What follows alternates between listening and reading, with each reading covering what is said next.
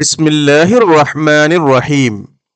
இர்ஷாதத்தே ஹபீப் ஞானோபதேசங்கள் ஷேஹே காமில் ஆரிஃப் பில்லா அல்ஹாஜ் ஹாஜா ஹபீபுல்லா ஷா ரலியல்லாஹு தஆலா அன்ஹு சிஸ்தி காதிரி நக்ஷபந்தி சுஹர்வர்தி.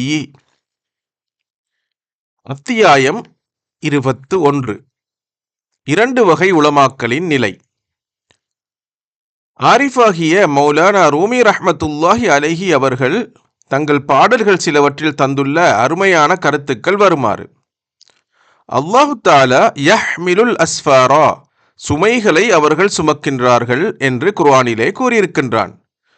தகுதியில்லாதவர்களுக்கு ஞானம் ஒரு பெரும் சுமையே ஆகும். வெளிப்படையான இல்மு எனும் ஞானத்தை விட்டும் வேறானதாக இருக்கின்றது. இதனால் நிராமயம் உண்டாகி விடாது. வெளிப்படையான இல்மினால் அகமிய பயன் இல்லாததால் இது நிலைத்திருக்க மாட்டாது. அஹ்லே கல்புகளாகிய ஞானவான்களுக்கு அவர்கள் பெற்றுள்ள இல்மு வாகனமாக உதவுகின்றது. இதனால் அவர்கள் அர்ஷி வரை பதவியில் உயர்த்தப்படுகின்றார்கள்.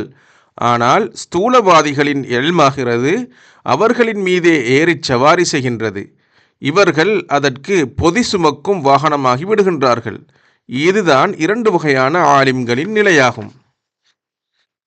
இல்மும் அமலும் மாரிஃபத்துக்கு வழிகாட்டிகளே.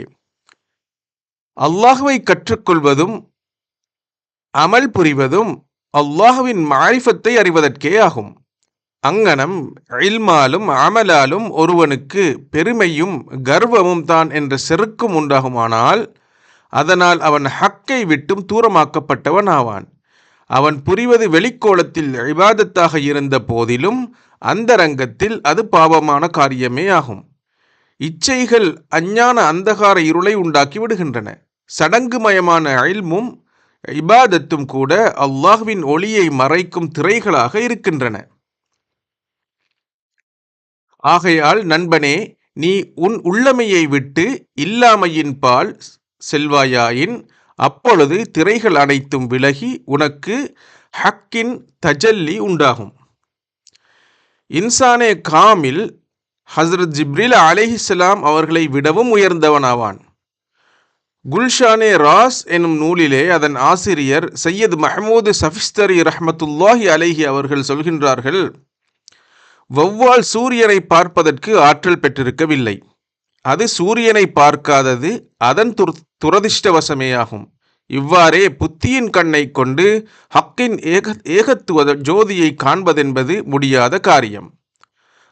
ஹஸ்ரத் ஜிப்ரீல் அலைஹிஸ்ஸலாம் மற்ற மலக்குகளை விட பதவியில் உயர்ந்தவர்கள். அறிவின் தோற்றத்தில் தென்படுபவர்களாகவும் மனித கண்களுக்கு வெளிப்படுபவராகவும் இருக்கின்றார்கள். ஆனால் ஃபனாஃபில்லாஹுவின் ஸ்தானத்திலே இவர்கள் ஆற்றல் அற்றவர்களாகி விடுகின்றார்கள். ஃபனாவில் எல்லா சிஃபத்துக்களும் அழிந்து போய்விடுகின்றன. இந்த பரிபக்குவம் மலக்குகளுக்கு சித்திக்க மாட்டாது. ஆனால் இன்சானே காமிலாகிய மனிதனுக்கு அந்த பதவி சித்தியாகின்றது. எனவேதான் இன்சானே காமிலின் பதவி ஜிப்ரஈலின் பதவியை விட உயர்ந்த ஒன்று என்று சொல்கின்றோம்.